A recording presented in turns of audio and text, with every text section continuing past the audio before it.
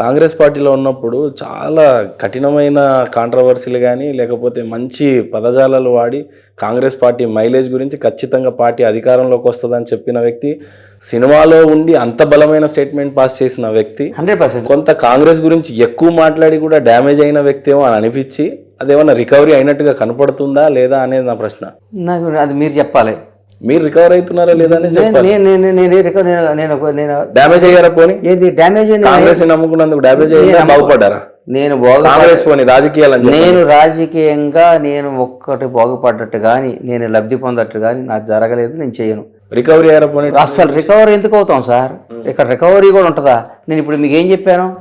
మనతో తిరిగి మనతో సన్నిహితంగా ఉండి నువ్వు లేకపోతే నీవు లేవు, నువ్వు ఉండి అన్నాడు మంత్రులు పెద్ద పెద్ద పదవులు రాగాలే మేము అతీత శక్తులుగా ప్రవర్తించే వాళ్ళకి మీకు చెప్తున్నా, ఇది శాశ్వతం కాదు. నిజంగా ఉంటాయంటారా రాజకీయాల్లో నాయకులకు ఉండే లక్షణాలు? 200%. అందులో డౌట్ ఏముంది? అందులో డౌట్ ఉందా? అందుకని మనం ఏ రాజకీయ నాయకుడి దగ్గర గురించి ఏది ఎక్స్పెక్ట్ చేయకూడదు. నచ్చితే నచ్చినట్టు ఉండాలి, నచ్చకపోతే దూరంగా